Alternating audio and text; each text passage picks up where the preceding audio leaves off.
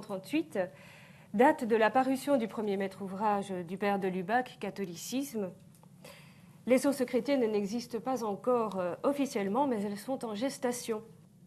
Et celui qui y collaborera manifeste déjà une minutieuse prise en compte de l'héritage patristique pour entrer dans l'intelligence de la foi. Henri de Lubac a déjà lu Toumigne, l'édition des Pères de l'Église traduisant en latin les Pères grecs, et il fait rayonner à Lyon-Fourvière le fruit de ses découvertes, comme en a témoigné par exemple le père Hans Urs von Balthasar. L'ouvrage Catholicisme se démarque des publications de l'époque dont le style néo-scolastique n'accorde guère d'importance particulière à la tradition patristique. À l'inverse, le père de Lubac écrit en introduction avoir choisi de se mettre à l'école des pères de l'Église parce que, écrit-il, ils sont nos pères et qu'ils ont reçu de l'Église de leur temps de quoi nourrir encore l'Église de notre temps. Donc, pour éclairer le temps présent et offrir un regard renouvelé sur la foi, il choisit de se tourner vers les pères de l'Église. Et il y a là une intention programmatique qui caractérise une part essentielle de la théologie lubacienne. Or, cette intention rejoint exactement la position théologique de la collection des sources chrétiennes depuis que le père Victor Fonthoinon en a conçu le projet et posé les bases dès 1932, ce qui le fait d'ailleurs être considéré par le père de Lubac comme le fondateur de la collection. À Lyon, où les sources ont leur siège, elles sont dirigées par le père de Lubac et à Paris par le père d'Annelou qui inaugure la collection. Et puis, parmi les ouvrages suivants, on l'a déjà dit, il y a les introductions du père de Lubac aux homélies d'Origène sur la Genèse et 4 ans plus tard sur l'Exode. Alors moi, pour vous parler de l'implication du père de Lubac dans la prestigieuse collection qui nous rassemble aujourd'hui, j'ai choisi de prendre l'histoire par le biais des objections qui ont été faites au père de Lubac sur son recours à la pensée patristique, ce qui m'amène à parler en même temps d'une autre collection, la collection Théologie. Cette collection propose, quant à elle, de publier les travaux des professeurs du Scholastica de Fourvière et accueillera un autre maître ouvrage du père de Lubac, je parle de Corpus Mysticum en 1944. Corpus Mysticum se présente comme une étude historique autour de l'expression elle-même, Corpus Mysticum. Or, la collection doit également son inspiration fondatrice au père Victor Fonthoinon. Et elle a pour directeur, une fois encore, les pères d'Annelou et Lubac. Avec une telle communauté d'esprit entre les deux collections, on ne s'étonnera pas d'y retrouver des options théologiques similaires. Aussi furent-elles critiquées ensemble dans le cadre du débat théologique le plus important sans doute de la période préconciliaire, et j'évoque ici l'affaire dite de Fourvière, et un débat qui, à mon avis, n'est pas encore tout à fait clos. L'implication du père de Lubac dans la collection des sources chrétiennes engage en effet une certaine conception de la théologie, qui sera mise en cause en 1946 par 2 confrères dominicains de Saint-Maximin, le père Marie-Joseph Nicolas, alors provincial des dominicains de Toulouse, et le père Marie-Michel Labourdette, professeur au couvent d'études Saint-Maximin, qui publie dans la revue thomiste en tiré à part lors de l'été 1946 un article intitulé « La théologie et ses sources ». Un article dans lequel est interrogé l'usage des sources en théologie, avec une remise en cause des positions théologiques des 2 collections jésuites, donc sources chrétiennes et théologie. Dans cette controverse, le père de Lubac est particulièrement visé et remarqué comme un théologien qui, je cite l'article, dans Sources chrétiennes, plaide pour l'exégèse symbolique d'Origène et dans la collection Théologie publie un ouvrage, il s'agit donc de Corpus Mysticum, où est souligné avec complaisance l'appauvrissement qu'a représenté pour la réflexion théologique la substitution de la dialectique, de la ratio, par où s'est constituée la théologie scolastique, à la méthode symbolique des pères. Et le père Labourdette poursuit, conclura qui pourra de l'exposé du père de Lubac l'idée que cette évolution a réalisé un substantiel progrès. Le sens objet est bien plus tôt que de là vint un grand malheur. Le révérend père de Lubac garde de l'âge et de la méthode patristique une nostalgie active qui excelle d'ailleurs à faire partager. Fin de citation. Alors, dans le même sens va la recension critique de Corpus Mysticum par le provincial des Dominicains, le père Nicolas, qui écrit « La courbe que le père de Lubac nous présente de l'évolution historique de la pensée chrétienne nous paraît en partie faussée et empêche d'y voir la signification profonde d'une progressive constitution de la théologie en science proprement dite. » On voit quelle idée du progrès de la théologie est ici défendue, un progrès qui coïnciderait avec l'avènement de la rationalité scientifique. Dans la collection Sources chrétiennes, le père Labourdette, quant à lui, repère une intention qui traduit, je cite, « toute autre chose que la seule préoccupation historique de présenter des auteurs anciens et qui consisterait, selon lui, à ne présenter que des œuvres où se manifesterait le mieux l'insuffisance actuelle de la théologie scolastique. Il y a là, écrit-il, chez les pères de Lubac et d'Agnelou ici mis ensemble, une arrière-pensée qui suscite son inquiétude. Car, estime-t-il, très précisément sous la forme que lui a donnée saint Thomas, la théologie scolastique représente l'état vraiment scientifique de la pensée chrétienne. » Fin de citation. Nous y voilà, la théologie est perçue par les deux dominicains comme une science dont le modèle scolastique offre l'expression la plus achevée, la plus universelle et surtout la plus sûre pour rendre compte de la foi. Et ce point est évidemment crucial.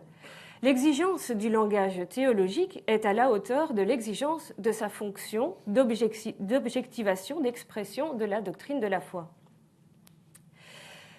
Ainsi sont mises en exclusion réciproque, au tribunal d'une vision rationnelle du progrès, une théologie scientifique achevée d'un côté et une pensée symbolique révolue de l'autre. La critique des pères dominicains que je vous relate manifeste un des lieux les plus contestés de la théologie du père de Lubac en visant son goût pour la tradition patristique. Sa valorisation de la pensée symbolique des pères de l'Église a été perçue comme un mépris de la rationalité théologique issue du néotomisme. Le pire étant que la remise à l'honneur de la pensée patristique, jugée obsolète dans son archaïsme conceptuel, a été considérée comme de l'anti-intellectualisme, par lequel on a cru pouvoir diagnostiquer un crypto-modernisme résolu à renverser le thomisme et par là compromettre dangereusement la doctrine de la foi. Il est intéressant de noter qu'aujourd'hui encore, on retrouve cette argumentation dans certains milieux théologiques qui vont parfois jusqu'à considérer que le père de Lubac, en raison de ses affinités patristiques notamment, est responsable d'avoir introduit le modernisme dans la doctrine conciliaire de Vatican II. Je n'entrerai pas dans ce débat autour du concile, mais je m'intéresse avec vous à ce débat préconciliaire qui interroge en fait l'assise métaphysique du langage théologique. Il s'agit en fait d'un débat épistémologique autour de diverses questions essentielles, celle du langage théologique, des sources de ce langage, du progrès en théologie, de la légitimité ou non d'une pluralité d'écoles théologiques, du rapport entre la vérité absolue et la relativité des concepts dans lesquels on peut l'exprimer. L'enjeu de la question des sources de la théologie touche en définitive au problème délicat du rapport du langage théologique à la vérité du dogme. Quel langage, c'est-à-dire également quelle métaphysique va-t-on choisir pour exprimer la vérité du dogme, sachant que le langage théologique est situé dans l'histoire et comme tel évolue. On répondra à cette question différemment selon la manière dont on perçoit l'évolution théologique elle-même. Toute évolution est-elle un progrès ? Tout progrès rend-il pour autant caduques les étapes antérieures de la pensée ? Ces questions en débat, en ce qu'elles engagent la collection des sources chrétiennes, interrogent la pertinence du recours à la pensée patristique en modernité. Mais cette pertinence ne peut être évaluée avec justesse que si l'on s'interroge d'abord sur le rapport entre l'évolution de la théologie et le progrès de la conscience chrétienne proprement dite. L'une et l'autre ne se recoupent pas nécessairement ni en tout point. Mais la théologie scolastique moderne, se considérant quant à elle comme la synthèse chrétienne la plus apte à exprimer solidement le christianisme, ne voyait pas de quelle convenance doctrinale il pourrait y avoir aujourd'hui à se mettre à l'école des pères de l'Église. Quand on dispose de la synthèse thomiste, quel sens peut-il y avoir à se rapporter à une forme antérieure d'expression de foi? Alors dans ce raisonnement, il me semble y avoir des failles d'ordre épistémologique, et j'en relèverai 4 avec vous en cherchant comment le père de Lubac y a répondu. La première consiste à faire coïncider la synthèse thomiste elle-même avec une certaine école d'interprétation néothomiste de saint Thomas, alors même que l'interprétation néoscolastique de saint Thomas prête justement à discussion. Ainsi peut-on dire du père de Lubac qu'il est authentiquement thomasien, malgré le fait qu'il n'ait pas été suarésien ou cagétanien, par exemple. La deuxième faiblesse se glisse dans la première, lorsque cette école néothomiste se prend elle-même pour la seule et unique manière d'exprimer la foi chrétienne. Il y a là un abus lié à une certaine réduction préalable de la vérité théologique à une affaire de déduction logique. C'est précisément ce que dénonce le père de Lubac, indirectement du moins, dans le dernier chapitre de son ouvrage Corpus Mysticum, chapitre intitulé « Du symbole à la dialectique ». C'est sans doute le chapitre le plus indigeste pour un néoscolastique convaincu, le père de Lubac n'y manifestant qu'un enthousiasme relatif à l'égard de la rationalité dialectique, effectivement. Et puis, il libère franchement la pensée symbolique des pères de l'Église du carcan pré-scientifique et infrarationnel dans lequel une certaine théologie moderne cherchait à l'enfermer. Le père de Lubac y montre la rationalité interne de la pensée symbolique. Mais il est vrai, la rationalité de la pensée symbolique n'est pas de type scientifique, elle est d'ordre mystique. Et on peut l'évoquer en une phrase que l'on trouve dans Corpus Mysticum. Dans la pensée symbolique, plus il y a de mystère, plus il y a de raison. Ce que la conscience moderne sépare et oppose, raison et mystère, ne fait qu'un dans la conscience patristique qui comprend l'intelligence de la foi comme une intelligence spirituelle, une intelligence participée de l'Esprit de Dieu en l'homme, une intelligence par conséquent toujours ouverte sur les profondeurs du mystère qui habite le réel.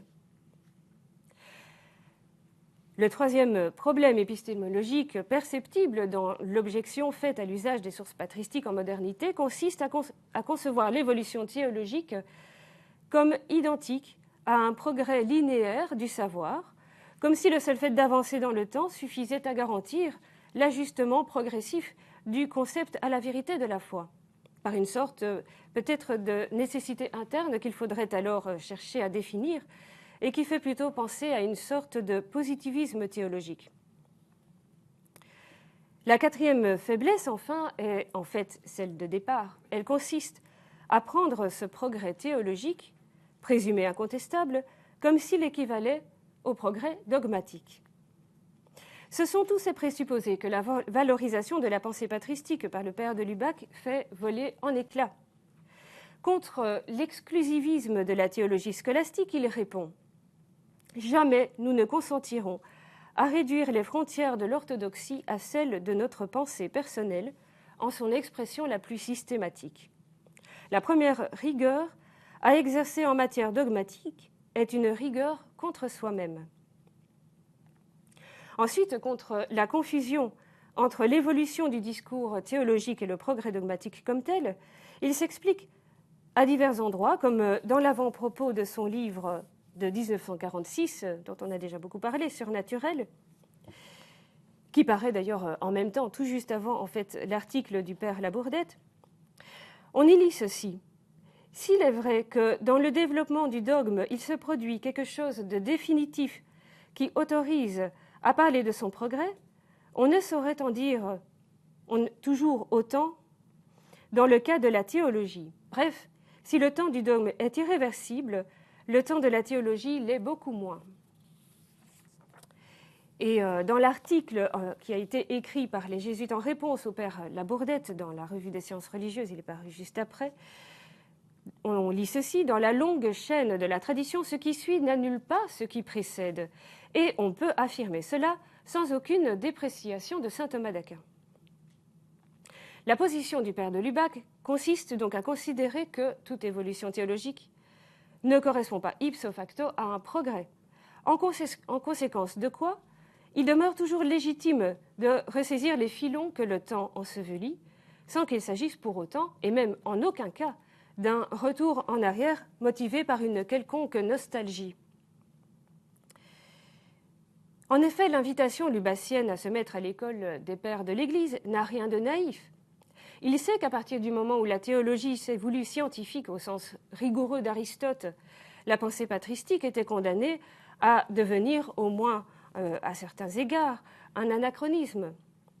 Il ne s'agit pas d'ailleurs de revenir à l'antique pensée chrétienne comme s'il n'y avait pas eu de progrès avec la modernité, mais il s'agirait d'unir à notre sens théologique moderne, scientifique, le sens que nos pères dans la foi ont eu du mystère en présence, leur sens mystique. En outre, en ce qui concerne la pensée patristique, il faut pouvoir dire qu'elle est bien plus qu'une pensée antique, en ajoutant qu'elle a un statut unique du fait de son lien génétique à la prime élaboration de la pensée chrétienne elle-même. Par assimilation et transformation de nombreux siècles de culture juive et païenne à la lumière de la vérité absolue révélée en Jésus-Christ, la pensée patristique tient justement sa principale force de ce que les dominicains en lice perçoivent comme son indigence, à savoir son ressort symbolique, son aptitude à embrasser le dogme chrétien dans sa totalité et dans une sorte de conscience intuitive de l'interconnexion entre les divers aspects du dogme. Dans le contexte moderne de théologie scientifique et spécialisée, la pensée patristique ainsi permet de retrouver l'organicité du dogme d'une manière qui, en même temps, relance la portée apologétique de la théologie pour tous les temps.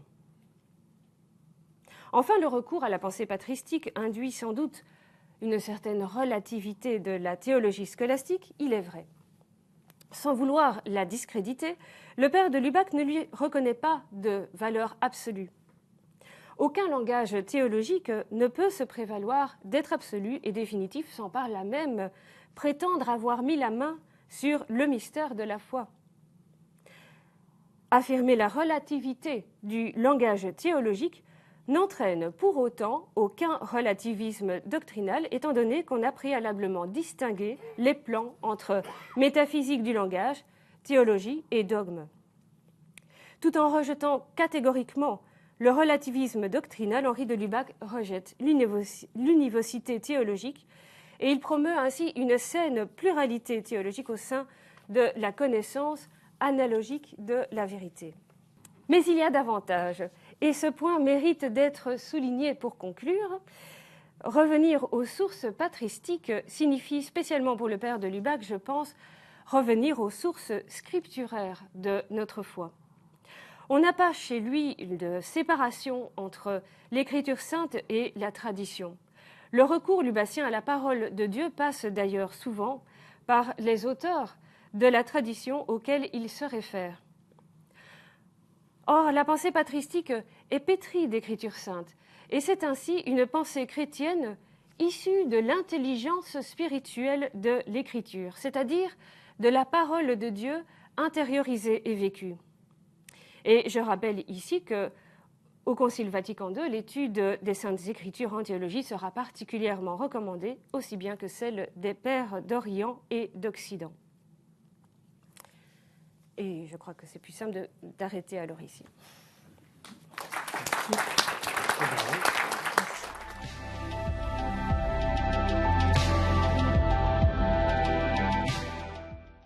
Le père Fontenon étant alors trop âgé pour créer la collection, le projet fut confié au père Chaillet, mais celui-ci ayant été mobilisé en 1939, on fit appel au père du Lubac qui devint, avec le père Jean Danilou, co-directeur de la collection.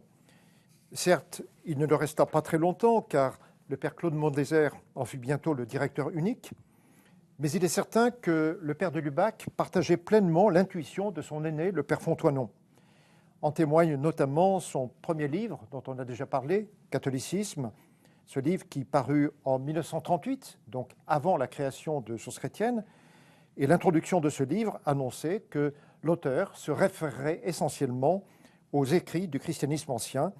Je cite le père de Lubac, « Nous avons désiré procéder de la façon la plus impersonnelle, puisant surtout dans le trésor trop peu exploité des pères de l'Église. Non que, par une manie d'archaïsme, nous oublions les précisions théologiques ou les développements acquis après eux, ou que nous prenions à notre compte en leurs détails concrets toutes les idées qu'ils nous proposent, nous cherchons seulement à les comprendre, nous nous mettons à leur école, puisqu'ils sont nos pères dans la foi et qu'ils ont reçu de l'Église de leur temps de quoi nourrir encore l'Église de notre temps. » L'ouvrage Catholicisme allait ainsi pratiquer une nouvelle méthode théologique. Le père de Lubac partageait donc avec le père Fonthoinon cette conviction selon laquelle il fallait mettre les écrits des pères à la disposition d'un large public, et il pensait que cela impliquait un important travail de traduction. Cependant, même s'il a été au début co-directeur de la collection Sources chrétiennes, il ne s'est pas engagé lui-même dans le travail d'édition et de traduction d'œuvres patristiques en leur ensemble, même s'il a rédigé ses importantes introductions aux homélies sur la Genèse, aux homélies sur l'Exode d'Origène. En réalité, son intérêt propre allait à des études historiques et théologiques qui contribueraient au renouveau théologique et spirituel dont l'Église avait besoin. Il serait possible de montrer comment la fréquentation des sources chrétiennes a de fait marqué toute l'œuvre du père de Lubac. Ses travaux sur Origène, bien entendu, mais aussi ses études sur le surnaturel, son ouvrage Méditation sur l'Église et quantité d'autres écrits, y compris ceux sur les autres religions. Si l'on se rappelle par exemple la comparaison qu'il établit dans Aspects du bouddhisme entre des textes bouddhiques et des textes d'Origène, ou si on se rappelle encore son étude synthétique sur les religions humaines d'après les pères. On sait aussi comment le père de Lubac, par cette voie même, a contribué avec d'autres théologiens à l'aggiornamento du Concile Vatican II, dont les textes témoignent maintes fois de l'inspiration patristique. Ce n'est pas le lieu d'exposer cela en détail, mais je voudrais dire par contre comment le père de Lubac a compris, bien après la création des sources chrétiennes, l'enjeu de ce renouveau patristique pour la théologie et pour la vie de l'Église. Deux textes sont particulièrement révélateurs sur ce point. Le premier est la préface que le père de Lubac écrivit pour un recueil de textes patristiques qui fut publié en 1967 par Franz Kéré-Jaume et Adalbert Hamann sous le titre « Les chemins de Dieu ». L'actualité des pères, écrit le père de Lubac dans cette préface, l'actualité des pères est une actualité de fécondation. Et le père de Lubac écrit alors ces lignes fameuses, souvent citées. Chaque fois, dans notre Occident, qu'un renouveau chrétien a fleuri, dans l'ordre de la pensée comme dans celui de la vie, et les deux ordres sont toujours liés, il a fleuri sous le signe des pères. Tous les siècles en témoignent, l'histoire en serait longue à retracer, et la loi se vérifie encore dans la nôtre.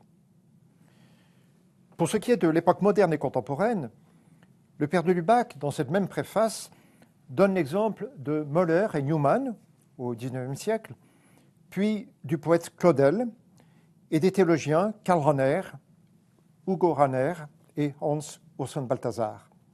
Celui-ci, Balthasar, écrit le père de Lubac, a acquis plus qu'une familiarité avec les pères. Il entretient avec eux une sorte de connaturalité, et c'est à leur manière qu'il cherche à drainer tous les apports de notre culture pour les convertir et les faire fructifier dans le Christ. Le père de Lubac souligne ensuite la variété de l'univers patristique qui comprend à la fois les pères des 2 premiers siècles, ces chaînons, écrit le père de Lubac, ces chaînons qui nous relient pour toujours aux témoignes des apôtres du Christ. L'univers patristique comprend à la fois ces pères des 2 premiers siècles, le géant Saint-Augustin, à la personnalité si exceptionnellement riche, et les pères grecs de la grande époque, auxquels sont si redevables au XXe siècle un Teilhard de Chardin et un abbé Montchanin. Le père de Lubac attire en outre l'attention sur l'œuvre de Vatican II, dont l'aggiornamento fut rendu possible par le renouveau patristique des 50 dernières années. Enfin, après avoir présenté plus directement le recueil auquel introduit sa préface, le père de Lubac conclut en disant qu'aucun des pères ne nous dispense de chercher et, dans toute la mesure où nous pensons avoir trouvé, de chercher encore. Je cite le père de Lubac, « Les pères ne nous dictent pas nos solutions, ils ne nous dispensent pas de réfléchir, ils nous stimulent, ils amorcent en nous le mouvement qui ne doit plus s'arrêter. Ils nous initient à une foi qui nous libère autant qu'elle nous engage. Nous le disions en commençant, leur actualité est une actualité de fécondation. »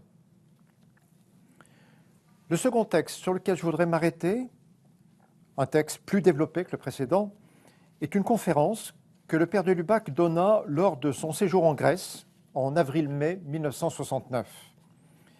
Cette conférence, intitulée « Actualité des pères de l'Église », reprend d'abord l'affirmation qui était déjà formulée dans le texte précédent. Tous les renouveaux dans la vie de l'Église coïncident avec un renouveau dans l'étude et la connaissance des pères.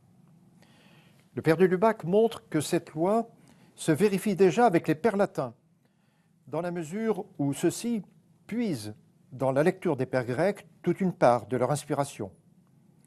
Cette loi se vérifie plus encore dans le Moyen-Âge latin, qui tout entier, je cite, a lu la Bible avec les yeux des pères. Certes, ajoute le père de Lubac, le protestantisme marqua sur ce point une rupture. Néanmoins, observe-t-il, Luther reconnut la grande valeur du témoignage jadis rendu par les pères, et en tous les cas, la réforme catholique préconisa la fréquentation assidue des écrits patristiques. Le père de Lubac trouve une nouvelle illustration de la loi mentionnée plus haut chez Müller, déjà cité. Müller, dont l'étude des pères contribua tant au renouveau ecclésiologique. Le père de Lubac trouve une autre illustration de cette même loi dans le mouvement d'Oxford et dans l'œuvre de Newman, toujours au XIXe siècle. Puis, pour les toutes premières décennies du XXe siècle, il mentionne plusieurs théologiens qui ont été convaincus de l'importance des pères pour le renouveau théologique. Le père de Réignon, le père de Grandmaison, le père Rousselot, le père Jules Le Breton. Il évoque ensuite Victor Fontenoy, qui conçut la collection Sources chrétiennes, et c'était une évocation particulièrement opportune en Grèce, compte tenu du souci qu'avait le père Fontenoy de faire connaître en Occident les écrits des pères grecs. Le père de Lubac s'arrête aussi de nouveau sur l'œuvre de Hans Urs von Balthasar. Et finalement, il revient sur l'inspiration patristique de Vatican II. En tout cela, à travers cette lecture de l'histoire en son ensemble, en tout cela se vérifie pleinement la loi qui était formulée dès le début, à savoir la coïncidence entre les renouveaux dans la vie de l'Église et le renouveau dans l'étude des pères. Mais l'intérêt de la conférence prononcée à Athènes est aussi que, non contente d'illustrer une telle coïncidence, elle témoigne en outre du jugement porté par le père de Lubac sur les évolutions de la science patristique. Et surtout, le père de Lubac se prononce sur ce que peut être aujourd'hui le rôle des pères. Sur le premier point, les évolutions de la science patristique, le père de Lubac cite le patrologue André Benoît, qui soulignait l'effort croissant des chercheurs de tous bords pour mieux comprendre le passé chrétien. Le père de Lubac admet cette appréciation, il s'en réjouit, mais il prend néanmoins distance par rapport à un travail patristique qui, dit-il, sous prétexte d'objectivité scientifique, n'entendrait plus suffisamment contribuer à la théologie proprement dite. On doit certes à la science de nous prémunir contre des a priori théologiques, mais cela ne veut pas dire qu'on ne doive pas interroger les pères en vue de profiter de leurs réponses pour sa réflexion théologique et sa vie spirituelle. Plus important est le second point, le rôle actuel des pères. La réflexion sur ce second point permet au père de Lubac d'identifier en effet 3 champs dans lesquels l'inspiration des pères de l'Église peut être fructueuse pour le renouveau théologique. Tout d'abord, dit-il, je cite, « Les pères sont nos maîtres dans l'interprétation de l'Écriture. » Cela n'est pas pour surprendre quand on sait l'importance qu'a tenue l'exégèse patristique dans l'œuvre du père de Lubac. En deuxième lieu, les pères de l'Église restent encore nos maîtres, dit-il, pour notre formation intellectuelle. Le père de Lubac rappelle à ce sujet que les deux grands dogmes, trinitaire et christologique, ont été formulés, pour l'essentiel, à l'époque patristique, et il souligne l'importance toujours actuelle de leur rapport sur ce point. En troisième lieu, enfin, l'étude des pères de l'Église peut être, écrit le père de Lubac, un facteur de premier ordre sur le chemin de l'œcuménisme. C'était, rappelons-le, l'une des justifications que le père Fonthoinon avait jadis données à la collection Sources chrétiennes. Ayant ainsi identifié ces trois champs essentiels, le père de Lubac ajoute encore quelques mots fort importants. Il réagit contre une tendance excessive à opposer de manière trop systématique les Grecs et les Latins, les Orientaux et les Occidentaux. Cette réaction du père de Lubac était sans doute particulièrement opportune, ici encore, dans le cadre d'une conférence donnée en Grèce. Et contre une telle tendance, le père de Lubac explique qu'il importe de souligner bien plutôt la continuité, non seulement dans l'unité de la foi, mais aussi, pour une grande part, dans la pensée théologique elle-même, à travers toute la tradition commune des premiers siècles. Et le père de Lubac précise que l'enseignement commun des pères orientaux et occidentaux se manifeste notamment dans trois lieux théologiques. D'abord, dans la doctrine du rapport entre la nature et le surnaturel, ou la doctrine de l'image et de la ressemblance. Ensuite, dans la doctrine du rapport entre l'Église et l'Eucharistie. Enfin, dans la doctrine du rapport des deux testaments et de l'interprétation spirituelle de l'Écriture. À travers cette triple mention que je viens de rappeler, le père de Lubac entend dire que, selon la formule finale de sa conférence, le patrimoine commun des orientaux et des occidentaux est gage d'unité. Mais on aura remarqué que les trois domaines ainsi identifiés correspondent très exactement à trois axes essentiels de l'œuvre accomplie par le père de Lubac lui-même. Les travaux sur le surnaturel, les travaux sur le corpus mysticum et les travaux sur l'exégèse patristique et médiévale. C'est donc finalement cette œuvre même, l'œuvre même du père de Lubac, qui lui a pour une large part inspiré la réponse à la question qu'il posait sur le rôle des pères en son propre temps. Je conclus. Les quelques propos que j'ai tenus manifestent, pris tous ensemble, une relation originale du père de Lubac avec les sources chrétiennes.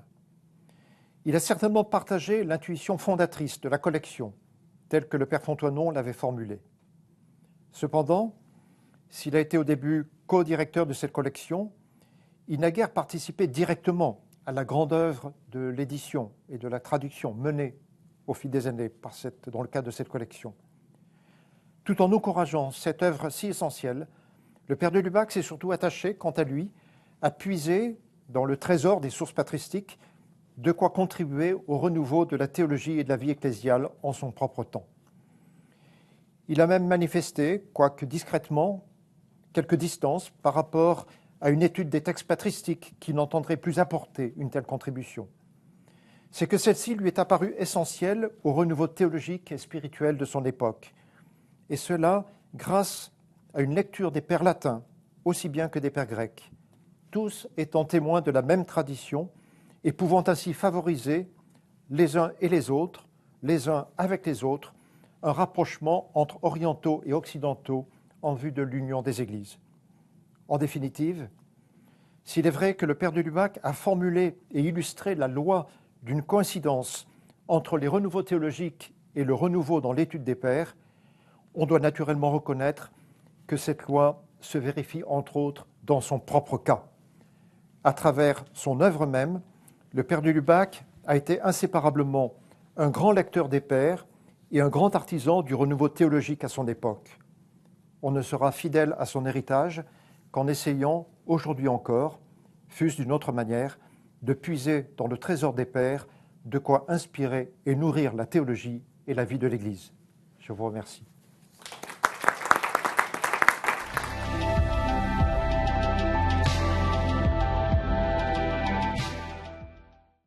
Merci à vous, mesdames et messieurs. Je suis heureux de prendre la parole devant vous cet après-midi, même si c'est toujours intimidant de parler après le père Fédou.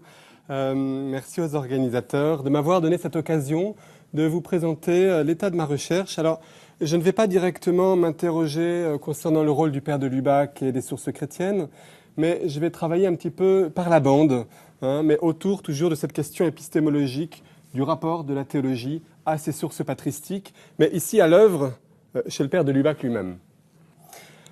En effet, la question du rapport de Lubac à ses sources mystiques en général, puisque ce sera mon champ d'étude, et au pseudo-Denis l'Aréopagite en particulier, se présente comme un chantier quasiment inexploré.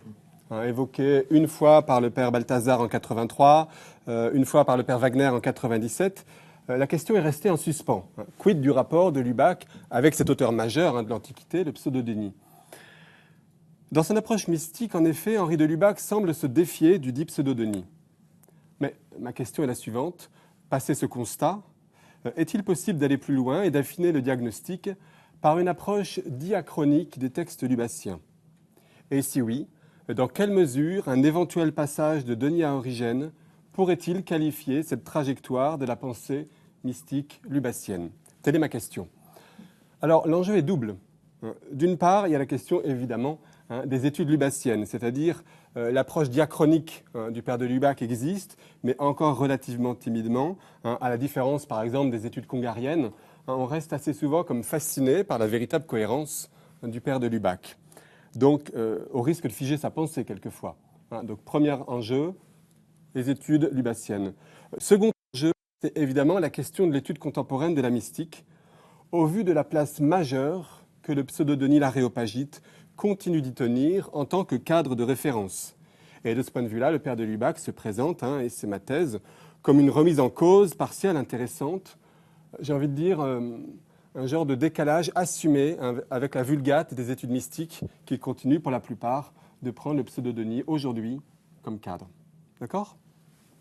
Alors, donc, ma communication d'aujourd'hui n'est pas aboutie, enfin, elle est aboutie au sens où je vais vous livrer 3 versions de mon hypothèse de travail, parce qu'entre le temps où on m'a demandé d'intervenir et où j'ai donné mon sujet, et aujourd'hui, j'ai continué à cogiter. Donc, je vais vous livrer, en fait, 3 moments de mon hypothèse qui va s'affiner. D'accord ? Premièrement, premier état de mon hypothèse, j'ai d'abord envisagé le fait qu'il y aurait chez de Lubac, concernant la mystique, une sorte de basculement de Denis à Origène et au tournant des années 60. Je m'en explique. J'en voulais pour preuve 2 éléments, 2 arguments diachroniques. D'une part, quand on fait le relevé des principales mentions du pseudo-Denis dans l'œuvre éditée du père de Lubac, qu'on les classe donc selon qu'elles sont positives, critiques ou neutres, et qu'on reporte ça dans un tableau chronologique, donc ce que j'ai fait avant de venir, on obtient une vision assez claire. Il y a des mentions positives au début, dans Corpus Mysticum, donc 44, réédité 49, et surtout dans Sur les chemins de Dieu, en 56. Puis, virage surprenant, virage en 2 moments, j'allais dire, mais quasiment, vous allez voir, quasiment en même temps. D'abord, un silence éloquent. Le père de Lubac a écrit un article majeur intitulé « Mystique et mystère », dont on a 3 versions, 64, 65, 79. Ni en 64, ni en 65, il ne mentionne même le pseudo-Denis alors qu'il écrit sur la mystique. Et une mention en passant 79, d'ailleurs, pour l'écarter en tant que source de la mystique chrétienne. Quand même, élément surprenant. Deuxième élément, ce sont les critiques assez féroces du père de Lubac à l'égard du pseudo-Denis dans Exégèse médiévale. Donc on est là entre 59 et 64. Entre autres, d'après le père de Lubac, la mystique dionysienne aurait introduit dans la pensée chrétienne, je cite, un néoplatonisme insuffisamment transformé, au risque donc d'une rupture d'équilibre aux dépens de l'historicité surnaturelle et de l'élément eschatologique. Donc la critique est assez massive, et vous voyez, entre le silence et la critique, tout ça se concentre sur la même période, les années 60. Second argument diachronique qui vient nourrir ma première hypothèse du basculement de Denis à Origène, c'est que l'étude précise de ce fameux article de Lubac intitulé « Mystique et mystère », un peu son article phare concernant la mystique, quand on va creuser dans les archives lubaciennes, on peut trouver un certain nombre d'inédits préparatoires. J'en avais mis 4 à jour. Or, on s'aperçoit que non seulement de Lubac ne cite pas Denis quand il écrit, dans Mystique et mystère, mais qu'il s'est doublement dégagé de son influence. Il s'est dégagé d'un plan d'inspiration dionysienne, c'est-à-dire dans les articles préparatoires inédits, encore dans les années 40, on le voit qui adoptait un plan illumination, entrée dans la ténèbre. Et c'est quelque chose qu'il va abandonner quand il écrira Mystique et mystère ensuite. Et de même, il avait encore un vocabulaire de la connaissance, avec notamment ce binôme connaissance acquise et connaissance inspirée, typiquement dionysien, qu'il va aussi écarter dans ses versions officielles à partir de 1964, où il insiste plus sur le caractère ordinaire de la mystique, notamment. Donc, ça semblait assez séduisant, mais en fait, je me suis aperçu qu'il y avait deux pierres dans mon jardin. Cette hypothèse se heurtait tout de même à deux éléments. D'une part, bon, évidemment, on ne peut pas parler de passage à Origène, hein, c'est son amour de jeunesse et sa référence ininterrompue. Donc, de ce point de vue-là, l'hypothèse d'un passage ne tient pas. Mais d'autre part, comme l'a montré Sarah Coakley dans une contribution de 2013, hein, on voit revenir en 1965, notamment dans le mystère du surnaturel, des références positives de Lubac au pseudo-Denis. Et de fait, après, on trouve encore quelques contributions marginales, mais quelques appréciations positives du pseudo-Denis, en 1975, dans des lettres commentées d'Étienne Gilson, etc. D'ailleurs, en passant, la thèse de Mme Coakley, et c'est étonnant, est l'inverse de la mienne. Hein. Elle postule que de Lubac aurait d'abord été hostile au pseudo-Denis, en particulier à la théologie négative en général, et qu'il aurait ensuite basculé notamment, ça c'est du Grumet qu'elle intègre, sous l'influence de son travail sur le bouddhisme. Bon, bref. Je ne pense pas que cette hypothèse tienne. À mon avis, chronologiquement, ça pose problème. Mais du coup, la mienne non plus ne tient pas jusqu'au bout. Elle a un caractère trop systémique et trop lisse, une espèce de passage. Alors, deuxième version de mon hypothèse. Rassurez-vous, il n'y en aura que 3. Deuxième version de mon hypothèse, c'est de dire peut-être que le père de Lubac a livré une évaluation nuancée du pseudo-Denis, mais en fonction des sujets théologiques. Vous voyez, j'abandonne le simple basculement dans le temps pour une évaluation différenciée. Peut-être en fait que ça dépend du sujet, tout simplement. Donc j'ai regardé plus précisément, en me concentrant moins sur l'aspect diachronique, et c'est vrai que quand on touche au surnaturel, et donc à la question du désir de Dieu, Denis semble un appui considérable que le père de Lubac ne dédaigne pas.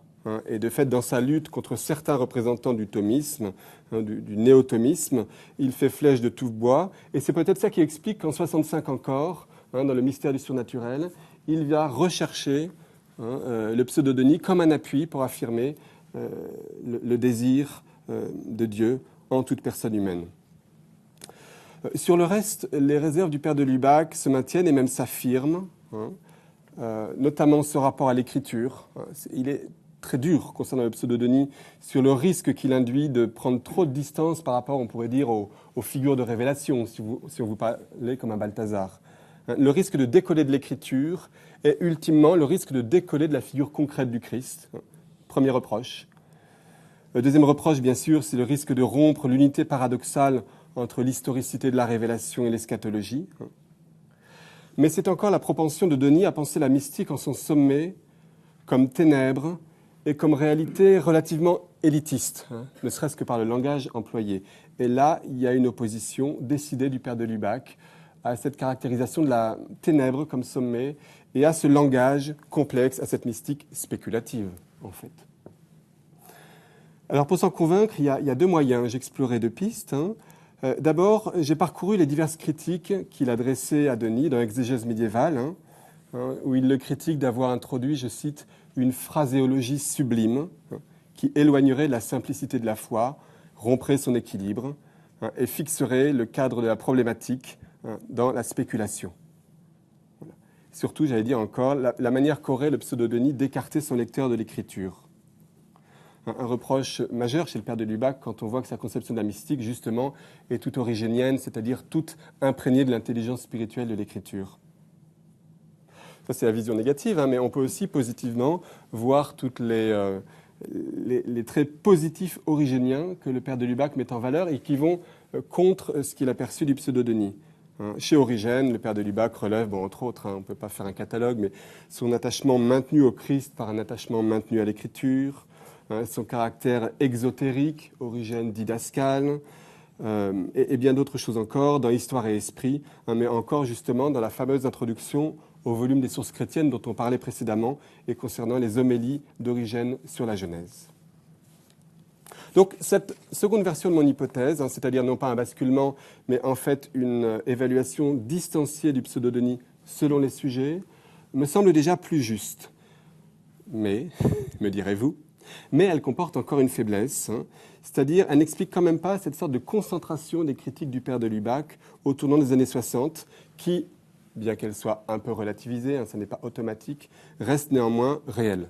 Hein. Pourquoi est-ce qu'au tournant des années 60, il y a quand même cette salve de critiques qu'il relativisera un peu par la suite? Parce qu'en somme, il n'a pas attendu ces années pour découvrir Origène et l'écriture selon les 4 sens ou pour s'intéresser à la mystique. Donc pourquoi attendre les années 60 pour épingler le pseudo-Denis concernant ces différents points, notamment le rapport à l'écriture par exemple? D'où ma 3e version de l'hypothèse, hein, donc j'en suis là pour l'instant, ça vaut ce que ça vaut. Hein, d'où cette 3e version que j'ai appelée des raisons mêlées concernant la répugnance lubacienne à l'égard du pseudo-Denis. Des raisons mêlées, et je vais le détailler un petit peu plus. Cette 3e version de mon hypothèse a la spécificité de n'être pas seulement théologique. Comme l'a montré ces rapports compliqués avec le père de Certeau, hein, le fait par exemple qu'il ait fait disparaître toute référence au père de Certeau dans les publications ultérieures à leur brouille, ou comme l'a montré aussi Jacques Prévotat dans son introduction aux lettres de Gilson commentées par le père de Lubac, le père de Lubac peut changer d'avis, évidemment, pour des questions personnelles, de mûrissement, ça va sans dire, mais aussi dans une certaine mesure pour des raisons externes et notamment de stratégie. Il peut lui arriver d'aller chercher tel auteur ou de le présenter autrement pour des questions stratégiques. Et on peut comprendre, hein, au vu de ce qu'on a réentendu concernant l'étau qui se referme sur lui dans les années 46, 48, 50. Par exemple, M. Prévotat a montré qu'en 56, dans la 3e édition donc, de son fameux « Sur les chemins de Dieu », il passe de 1 à 30 citations d'Étienne Gilson, hein, qui devient l'auteur numéro 3 après Thomas et Augustin, parce que Étienne Gilson est un appui ferme dans son interprétation de Thomas d'Aquin à un moment où il est très contesté. Donc vous voyez le côté un petit peu stratégique. Bon, c'est de bonne guerre. Donc je pense que ce jugement, mutatis mutandis, peut peut-être valoir pour le pseudo-Denis. Je m'explique. Je me demande s'il n'y a pas chez le père de Lubac un mélange de raisons doctrinales et aussi d'une certaine sensibilité théologique et personnelle du père de Lubac. Par exemple, la thématique de la mystique comme ténèbres, comme négativité. Donc c'est vraiment l'héritage massif du pseudo-Denis, évidemment. Sur les chemins de Dieu du père de Lubac, dans la 3e édition, il est frappant de constater que là où le pseudo-Denis prône les ténèbres, hein, et donc il le cite en tant que tel, mais le père de Lubac vient cadrer cette compréhension du pseudo-Denis en expliquant que c'est avant tout la capacité d'affirmation de l'esprit humain qui est la racine, le moteur et le débouché de toute négation. C'est comme surprenant, comme sorte de cadrage du pseudo-Denis. Sans compter que, toujours dans cet ouvrage sur les chemins de Dieu, le père de Lubac coupe une de ces notes qu'on avait avant dans l'édition de 48, et c'est rare chez lui, hein, et c'est très révélateur. En général, il ajoute, hein, il sédimente au niveau des notes. Très rarement les fois où il enlève des notes, donc c'est d'autant plus intéressant. Et j'ai vu qu'il avait une grande note en 48, où, reprenant Montchanin, il expliquait qu'on avait 2 voies dans la mystique, la voie symbolique et affirmative, Origène, hein, et la voie hors des signes et négative, le pseudo-Denis. Et que cette voie négative fonde et dépasse la voie affirmative. Donc la ténèbre comme étant à la fois le fondement et l'arrivée et dépassant les affirmations sur Dieu. Or, à la place, en 56, il abrège, hein, sa citation qui couvre plus d'une page, fait 3 lignes d'un coup, il abrège et il conclut, je cite, « Ces 2 voies spirituelles, donc affirmative, hein, Origène, négative, Denis, ces 2 voies spirituelles sont moins séparées qu'unies, mais c'est tantôt l'une et tantôt l'autre qui dominent. » Vous voyez, cette espèce de relativisation, en fait, de la prégnance de la ténèbre comme étant forcément le lieu le plus élevé de la mystique. Premier indice. Un second indice, d'une sensibilité, j'allais dire, doctrinale et personnelle du père de Lubac qui le fait s'opposer au pseudo-Denis. On n'oubliera pas que le seul écrit véritablement christologique du père de Lubac, hein, hors son exégèse, qui est un lieu christologique, évidemment, comme l'a montré le père Guibert. Donc, le premier écrit vraiment christologique du père de Lubac s'intitule précisément « La lumière du Christ », hein, dans Affrontement mystique en 1950.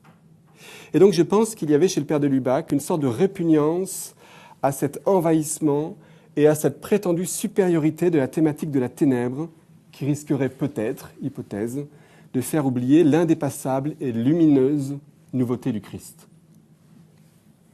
Voilà, j'allais dire, pour les raisons de doctrine et de sensibilité théologique. Mais aussi, je postule qu'il y a des raisons contextuelles. Je parlais de stratégie. C'est-à-dire l'idée que ce n'est pas forcément la théologie mystique du pseudo-Denis qui est en soi le problème pour de Lubac, mais c'est peut-être le risque qu'elle présente à telle ou telle époque de l'histoire de l'Église pour la foi de l'Église. C'est-à-dire la question de la réception de la mystique dionysienne avant l'état de la mystique dionysienne elle-même. De fait, fort de son érudition, appliquée au Moyen-Âge, le père de Lubac a pu constater à un certain moment d'une trajectoire navrante de ce qu'il a appelé, je cite, le passage de l'écriture à Denis. C'est quand même un peu fort comme expression, le passage de l'écriture à Denis, avec pour corollaire, dira-t-il, l'envahissement d'une mystique spéculative et la dislocation de la mystique et de la théologie, qui étaient auparavant unies dans le même acte d'intelligence spirituelle de l'écriture. Donc, étudiant le Moyen-Âge, et notamment exégèse médiévale, il a vu ce que pouvait faire une certaine réception du pseudo-Denis qui venait disloquer certains éléments fondamentaux de la foi chrétienne. Comme par hasard, je me suis aperçu que les critiques du père de Lubac reparaissent et augmentent dans les années 60, et les années aussi d'agitation pré- et paraconciliaire, en tout cas dans une période où notre auteur perçoit la foi catholique comme menacée.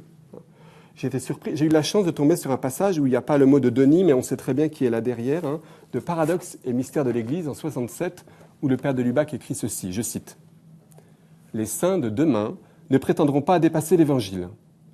Comme à certaines époques d'invasion mystique, les vrais spirituels ne se sont pas laissés prendre au jeu cérébral des sublimités super essentielles et super éminentes. Ils sauront que penser, si seulement ils s'en préoccupent, des phraséologies non moins sublimes en leur genre, dont notre époque, après tant d'autres, est une infatigable accoucheuse, et dont le fruit le plus clair est de nous arracher à la divine simplicité de la foi et de la vie chrétienne. » C'est féroce quand même. Et on voit bien que la question ici, c'est la question de la réception du pseudo-Denis dans sa crainte qu'il a des années 60, ici 67, concernant l'intégrité de la foi catholique. Cette dernière version de mon hypothèse me semble enfin cohérente, car elle explique, je dirais, plusieurs choses. D'abord, cette impression de valse-hésitation, ce va-et-vient qui voit le père de Lubac attaché dans ses premières œuvres au pseudo-Denis, puis le critiquant dans les années 60, puis revenant encore en 65 et le critiquant encore un peu après. Vous savez, cette espèce donc de valse-hésitation liée à des questions contextuelles, à mon avis, peut s'éclairer. Première explication. Deuxième élément de cohérence, j'allais dire, c'est que certaines injustices dans telle ou telle critique que de Lubac adresse au pseudo-Denis, notamment, je relisais récemment certains passages du pseudo-Denis, quand de Lubac pointe le caractère individuel et non ecclésial de la mystique dionysienne, ça tient quand même pas trop. Quand on voit le contexte, c'est une mystique on en pense ce qu'on veut, mais elle est toute pétrie de l'idée des médiations ecclésiales, notamment au travers de la question des hiérarchies. À mon avis, on a bien là un aspect révélateur de ces craintes à la fois théologiques et contextuelles qui expliquent cette inquiétude forte chez le père de Lubac, à savoir que peut-être la mystique du pseudo-Denis, une fois encore dans l'histoire de l'Église, pourrait venir fragiliser la foi en faisant pâlir la dimension historique et ecclésiale. Alors, que conclure de cette trajectoire d'éloignement du pseudo-Denis par à-coups, et selon une dynamique, en fait, je dirais, théologico-pastorale. Personnellement, j'en retiens deux choses. D'abord, c'est la liberté du père de Lubac quant au cadre dionysien. C'est-à-dire, il y a là un décalage assumé concernant les études mystiques, et je trouve ça assez intéressant quand même. Ça donne à réfléchir dans un domaine où on continue encore aujourd'hui, le plus souvent, à considérer la mystique chrétienne selon ce cadre inspiré par Denis, c'est-à-dire comme une connaissance expérimentale, marquée par une forte tendance à l'autonomie vis-à-vis des instances classiques de la théologie, et avec l'importance considérable de la thématique de la ténèbre, et finalement d'ailleurs, une fenêtre historique assez réduite quant au choix des auteurs de référence. On ne s'étonne même plus quelquefois de désigner par mystique des auteurs souvent assez localisés historiquement. Donc, premier élément, cette liberté du père de Lubac qu'il va conquérir quant au pseudo-Denis. Deuxième chose que j'en retiens, mais ce n'est pas exhaustif, hein. On peut se demander si aujourd'hui, dans notre monde postmoderne où Dieu brille avant tout par son inévidence, on peut se demander si la voie des ténèbres demeure encore l'axe privilégié de découverte et d'approfondissement de la foi chrétienne, ou si on ne risque pas plutôt de constituer une sorte, quelquefois, d'été noir. On voit combien, par exemple, certaines parties de la jeunesse catholique sont en attente d'affirmations très claires. Si vous débarquez à une soirée étudiante et que vous enseignez avant tout sur l'inconnaissabilité de Dieu et sur la mystique de la ténèbre, ça va donner des résultats assez intéressants. A contrario, pour le père de Lubac, je crois que l'approbation d'Origène et de la synthèse christologique dont témoigne sa lecture de l'Écriture constituera toujours un lieu majeur de discernement et de résistance pour penser une mystique chrétienne solide. C'est-à-dire une mystique chrétienne qui ne prétendra jamais s'élever au-dessus de la simple foi au Christ et de sa figure concrète attestée dans l'Évangile. Je finirai par une citation du père de Lubac qui noue, à mon sens, de manière révélatrice cette conscience de la nouveauté du Christ et du thème de la lumière du Christ, opposé justement à toutes les ténèbres. Je cite dans Affrontement mystique. La lumière brille, la vérité se porte à elle-même témoignage, veritas index sui. La clairvoyance d'un regard limpide est ici préférable à toutes les perspicacités aiguës de la critique. Aujourd'hui, comme jadis, le Christ ramène le printemps dans nos âmes. Aujourd'hui, comme jadis, par la vertu du christianisme, toutes choses deviennent nouvelles. Aujourd'hui seulement, nous commençons de voir toute l'ampleur du geste qui renouvela le monde. La clarté subite des premiers jours est devenue un large sillon lumineux qui grandit avec les siècles. Merci de votre attention.